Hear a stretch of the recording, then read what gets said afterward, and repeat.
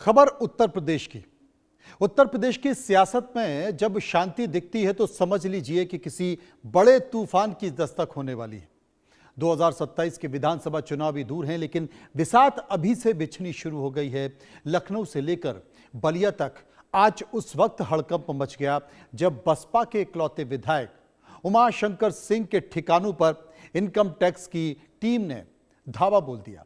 कहने को तो एक रूटीन रेड हो सकती है, लेकिन राजनीति में कुछ भी अनायास नहीं होता है, खासकर तब जब उमाशंकर सिंह कैंसर जैसी गंभीर बीमारी से जूझ रहे हों और मायावती ने इसे अमानवीय करार दिया है।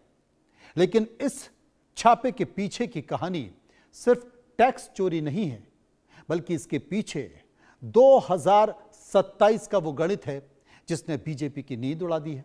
हाल के दिनों में मायावती ने जिस तरीके से शंकराचार्य पालिकी विवाद पर बीजेपी को घेरा है, ठीक जिस तरीके से घूसखोर पंडित वेब सीरीज पर ब्राह्मणों के पक्ष में वो खड़ी हुई हैं और यूजीसी मुद्दे पर सरकार को कटघरे में खड़ा किया है, उसने ये संकेत दे दिया है कि बसपा अब खामोश बैठने वाली नहीं है। क्या ये रेड बसपा को दबाने की कोशिश है या फिर उत्तर प्रदेश में सपा को कमजोर करने के लिए बसपा को सिंपैथी दिलाने का कोई गुप्त मास्टर प्लान है? यह तो कहना मुश्किल है, लेकिन इतना जरूर है कि बसपा के जो इकलौते किले पर वार किया गया है, किस पर वार किया है? विधायक उमाशंकर सिंह के ठिकानों पर वार किया गया है। आप देख सकते हैं, यह है विधायक उमाशंकर सिंह। इनके ठिकानों पर इनकम टैक्स ने रेड मारी है, आईटी ने छापेमारी की है। लखनऊ, बलिया, सोनभद्र में एक साथ 200 अफसर तैनात कर दिए गए हैं। अब तकलीफ मायावती को क्या हो रही है? मायावती को तकलीफ यह हो रही है कि भाई हमारे उमाशंकर सिंह विधायक कैंसर जैसी गंभीर बीमारी से पीड़ित हैं और उनके घर पर छापामारी की गई, इनकम टैक्स ने रेड मारी। मायावती आग बबूला है। 2027 के पहले विपक्ष को डराने की कोशिश की जा रही है, ये कुछ और है। तमाम तरह के संकेत हैं, लेकिन ये एक नाराजगी तो जरूर है जो कि बसपा सुप्रीमो की दिखाई दे रही है, खासकर अपने उस विधायक के लिए जो कि गंभीर बीमारी से पीड़ित हैं। असल में उत्तर प्रदेश की विधानसभा में बसपा के इकलौते चिराग उमाशंकर सिंह आज सरकारी सिस्टम के रडार पर आ गए।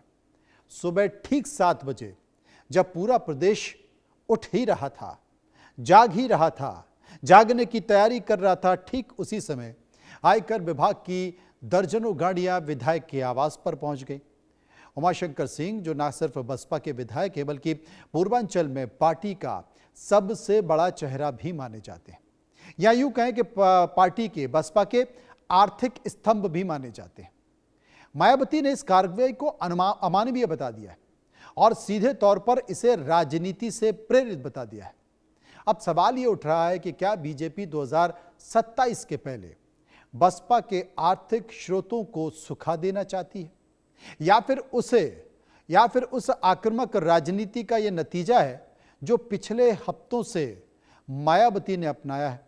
कई मुद्दों के जरिए, चाहे वो घूसखोर पंडित हो, यूजीसी का सर्कुलर हो, और अब जो स्थिति आप देख रहे हैं, लेकिन मायावती के तेवर सख्त हैं, बीजेपी के पसीने छूटे हुए हैं। शंकराचार्य विवाद पर भी मायावती ने बीजेपी को घेरा, राजनीति और धर्म को अलग रखने की नसीहत दी है, ब्राह्मण समाज के वो समर्थन में उतर आई है। बसपा सुप्रीमो कोर वोटर खसकने के डर से क्या अब बीजेपी बैकफुट पर आ गई है? ये तमाम तरह की बातें, लेकिन यहां पर एक गणित और समीकरण है, और वो है ब्राह्मण वोटर्स का।